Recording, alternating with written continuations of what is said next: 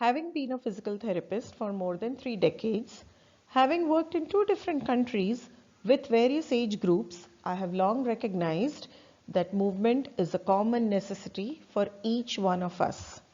We all move, but is it adequate? Do we move throughout the day? Most of us exercise. Are we doing the appropriate exercise to address not only the health of the heart, bone, and muscles, but also balance and coordination? Because as we age, balance and coordination become crucial in our ability to move in different ways. And that's why, as a physical therapist, my passion, functional exercise, comes into play. Through this presentation, I would like to demonstrate functional exercises for older adults for the age group 40 to 50 plus years of age. I do wish to clarify that I administer the same exercises in a similar way to children and other age groups too, probably in modified and more challenging ways. No matter what age group or whatever the diagnosis, movement and function remain the essence of physical therapy treatment.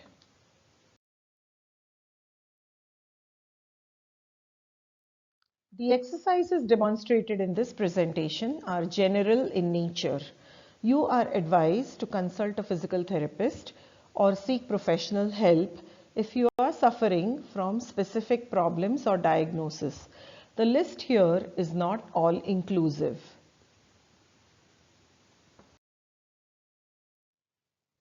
Why the emphasis on functional exercises or functional movements? During our activities of daily living, we perform many movements very frequently, such as push, pull, reach, grasp, using our upper extremity or upper limb. We use our lower limb or the legs to step forward as in walking, step up, step down, step over, turn or rotate the body, squat. Again, these are just basic functional movements. The list is not all inclusive. Based on these functional movements, we can do many more movements in life.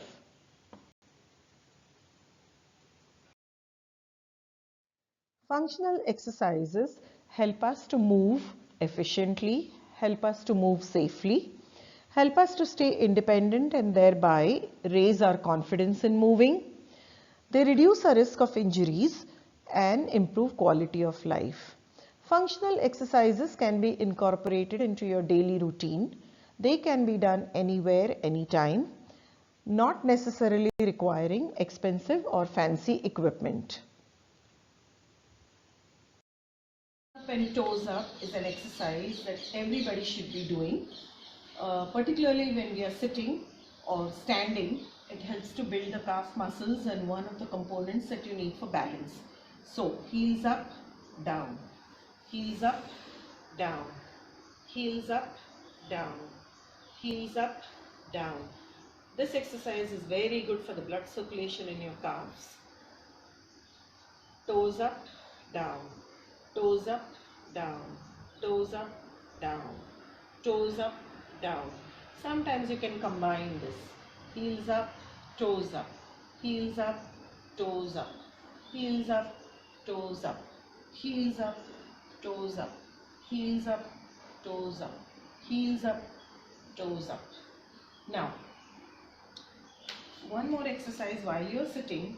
You can just extend your knees. Some people cannot make it too straight, but whatever position you have your knee, this will be a knee exercise plus an ankle exercise. So the knee is in this position or this position, and you can do toes, push down, up, down, up, down, up, down, up, down, up, down, up, down. These feel very good when done at night, at the end of the day, and your legs are tired.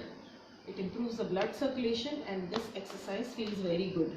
Now the same exercise can be done in standing. So here we can do heels up, down, heels up, down, heels up, down, heels up, down, toes up, down, toes up, down, toes up, down, toes up, down, toes up, down. This is a sit to stand exercise. Sit to stand or stand to sit is something that we do multiple times, frequently during our daily lives. We sit to stand or come down to sit on various height surfaces, whatever is available in our house or in the environment outside wherever we go. And therefore, sit to stand becomes a very important exercise for fall prevention, to strengthen the right muscles, and for your balance while you do this activity. Now, what I am sitting on is a standard height, almost between 18 to 20 inches. That's sort of a standard height. If you have slightly shorter, or if you have a raised height or a raised surface on which you're going to sit, then you can be in trouble a little bit, and you have to make adjustments as to how safely you're going to sit to stand or stand to sit. So here is the exercise. You can take a chair like this with armrest. It's always good to start with armrest, and just 1 down, 2 down, 3 down, 4 down, 5 down. You can do 5 repetitions or 10 repetitions, whatever you feel comfortable with. Now, some people have one leg which is weaker than the other, or they have pain in the knee or the hip or the low back on one side versus the other. So what they need to do is, let's say I have this leg weaker than the other, or I have some issue in this side of the body. What I can do is, I can keep that foot a little bit forward, not too forward, not too backward, but I can keep that foot forward a little bit, and then take weight on the better leg or the stronger leg or the good leg, and take weight on my hands too. So take weight on the stronger leg on the 2 hands and come up to sit to stand. So you still have the pain on this side, however it will be much easier for you to sit to stand, and you won't refrain from sitting to standing. When you stand to sit, this is not the way to plop down. You need to have a controlled sitting, because there's a different kind of muscle work going on here. Once you feel a little more confident with sit to stand, holding on like this, and if you want to advance your balance, what you can do is practice sit to stand like this. 1 and down, 2 and down, 3 and down, 4 and down, 5 and down. And you can also practice it from a slightly lower chair, because the brain always learns by variety. So this is slightly lower chair. 1 down, 2 down, 3 down, 4 down, 5 down. Now, there is something called butt scooting. So, for example, if the depth of the chair is quite deep and it is longer than the length of your thigh, and if you are sitting all the way in the back, you don't want to get up like this, because you're likely to hurt your back, or you're likely to fall, or you may become apprehension of sitting to stand because it is awkward and it takes you a lot of energy. So if the seat is much deeper, this is the way you can do butt scooting. 1 hip at a time, you can get it forward and then stand up. When you sit, try to find the chair, make sure it's behind your legs. Slowly sit. You don't want to flop down. This is not allowed. You may want to slowly find the chair and slowly sit in a controlled way and move back. But the butt scooting exercise, you can still do it just like this. if you don't have too much back pain. It feels very good. Now, another thing is, so these are the two chairs. You want the chairs to be sturdier than these, and my feet are below my hips, and I'm just holding on to the chair slightly and turning. I'm turning my body, I'm rotating my body. It feels very good. 1, 2, 3, 4, left, right, left, right, left, right. Here I am going to do side walking. Side walking is very important for the muscles that are on the sides of the hips. Since we walk forward during our daily life, balance, a major role in balance is played by the side muscles of the hips. So at home you can do it very easily around a dining table or a long length of a balcony or a window. Make sure you have something to hold here so that you don't fall. It's also very important to go in both directions. If you're going towards the right, you also have to go towards the left, so that different hip muscles are being addressed over here. And then the other one is the backward stepping. Backward stepping, which we don't do often, but we can do it as an exercise. Backward stepping. Easily done at home, around a table or in a long balcony or a terrace. Very easily done around the home. Very important for hip muscles, for your balance. Very important to address spatial awareness around you, because generally at this age we are always walking forward. We barely step sideways and backwards, and therefore this is a very good exercise. Oh. People would have a cane like this at home. If you don't have, you can think of some other alternative, like putting cups and putting a rod over the cups.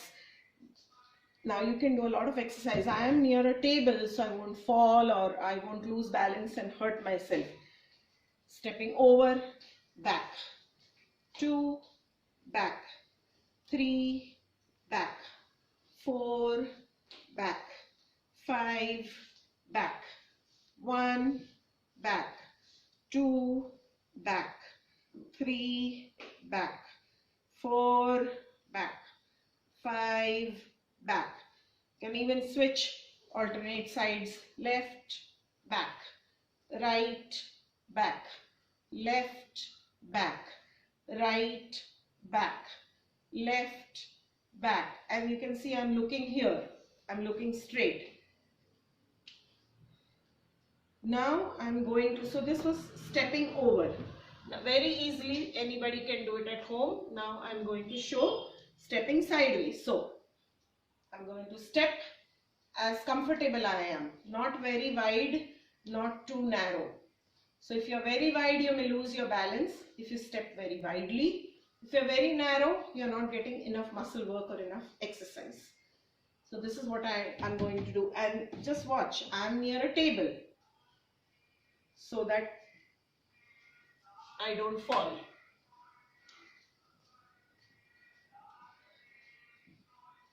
Back, 3, back, 4, back, 5, back, 6, back, 7, back. Now you can even do marching. So marching in place. Again, you can hold a chair or a table, and all you have to do is march. 1, 2, 3, 4, 5, 6, 7, 8, 9, 10. And then we can do sideways. Left, right, left, right, left, right, left, right, left, right, left, right. If you are in a pretty good shape, if you don't have knee or hip pain, you can also use the chair and just do some squats. 1, 2, you can turn your toes outwards a little. 3, 4, 5, 6, 7, 8, 9, 10. If you feel confident and you wish to improve your balance further, we can work on something called single leg balancing. So again, you want to have 2 sturdy chairs. Unfortunately, mine are not so sturdy as I want them to be, but this is the way you can hold on to 2 chairs and slowly lift your leg up. And now look at my leg. I'm not doing this, but slowly lift your leg up and stay there. If you feel confident, you can move a little bit. If you don't feel confident, you can skip this part. You can lean more on this chair if you wish to, and I will count. 1, 2, 3, 4, 5. Now the other leg. 1, 2, 3, 4, 5. This makes all the muscles of this standing leg work. Even for 5 seconds if they are working, they would really build your muscle strength and lead to good balance. 1, down, 2, down, 3, down, 4, down, 5, down, 6, down, 7, down, 8, down, 9, down, 10, down, 11, down, 12, down, 13, down, 14, down, 15, down, 16, down, 17, down, 18, down, 19, down, 20, down. Now 1 side, 2 side, 3 right, 4 left, 5 right, 6 left, 7 right, 8 left, 9 right, 10 left, 11 right, 12 left, right, left, right. So here are Theraband exercises that we are going to do. Many people are familiar with the Theraband. This is a basic Theraband I have. It comes in as a color coded material. Basically, so this is red. The yellow one offers lighter resistance than this. The green, the blue offer more resistance than this, more elasticity. That means your muscles have to work harder. So generally red works better, but if you're too weak or if you're slightly weaker, even yellow works fine for you. Now generally it comes twice the length of this. I have cut it into half. You can keep the entire length or you can use the length that I have used, and let's start working. So there are umpteen exercises you can do with the Theraband for the upper extremities as well as the lower extremities. I will show you here more about the upper extremities.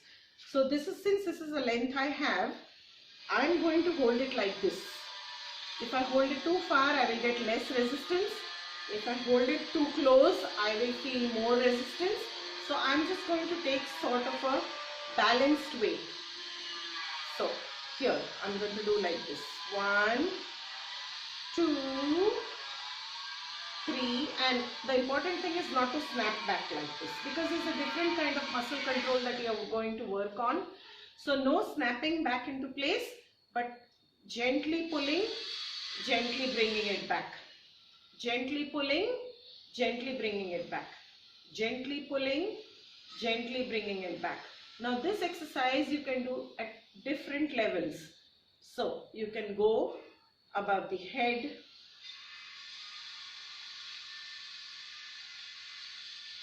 you can do it here. The grip also matters. This is a great exercise for the entire limb. Theraband exercises work great. However, a word of caution, please don't overdo them because muscles can get overly tired. Now I'm going to do diagonals. So hold it like this, and diagonal movement is something we use in function in our daily life, and therefore very important to address this.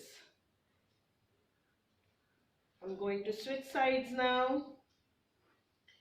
1, down, 2, down, 3, down, 4, down, 5, down. We can also go in the back, hold it in the back like this, and here, 1, see, only my elbow is extending. Elbow extensors are very important in pulling and pushing, and therefore you require that muscle control. This is also functional because you need it as a push-pull muscle, and you need it, the towel exercise you can do. Okay, so both sides.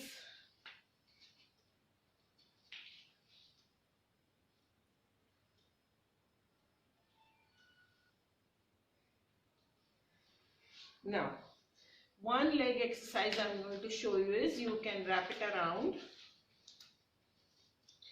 and make a cross like this in front of you and slowly pull your thighs away. Now again, I'm slowly pulling and not bringing them back like this. No. Slowly pull away. Slowly. So this helps work on this aspect of the thigh. These muscles, the abductors that we call, or the side muscles of the thigh, are very important in balance. So, here. Now, exercises I've shown you. There are many of them. You can tie a Theraband to a windowsill and then pull the Theraband like this. Okay, so I will show you with somebody here. Just hold the Theraband in front of me. Imagine this is a windowsill. I can pull the Theraband like this.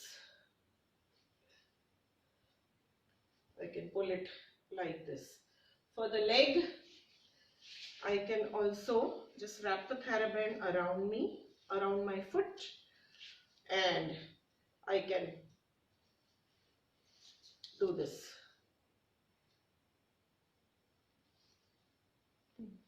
Okay. There are a lot of exercises, but some of them require another person with you. So I'm only showing the exercises that you can do yourself independently without depending on someone else. So now this is a ball exercise, a very simple ball, soft ball. You can see very light ball, soft ball. You can put it between your thighs. You can also have a pillow, but the ball works better. Press and release. Press and release. If you release it totally, the ball may fall, which we don't want. So the controlled pressing and release. Put the ball between your knees or your thighs. Press, release. Press, release. So controlled. Muscle control is very important. Two different kinds of muscle control are at play here. This exercise is very important for your pelvic floor. So while watching TV, this is something that you can do very easily. Done. This is figure of eight walking. Walk slowly, huh? Figure of eight walking around two obstacles or two chairs that are placed about 4 feet apart. Figure of eight walking is important, but also important is to keep your visual gaze on the plant kept over there. So instead of the plant, it can be a television. You can do this while watching television. No matter where your body goes, in the figure of eight, the head and the eyes are trying to look at the plant. So you're getting a lot of benefits by this. Balance, visual gaze, focus, attention, body movement towards dissociation between head and body movements, which is a great benefit as we get older. And of course, if you think you're losing your balance, you can walk much slower. You're allowed to take support from the chairs a little bit, but try to focus on an object or television.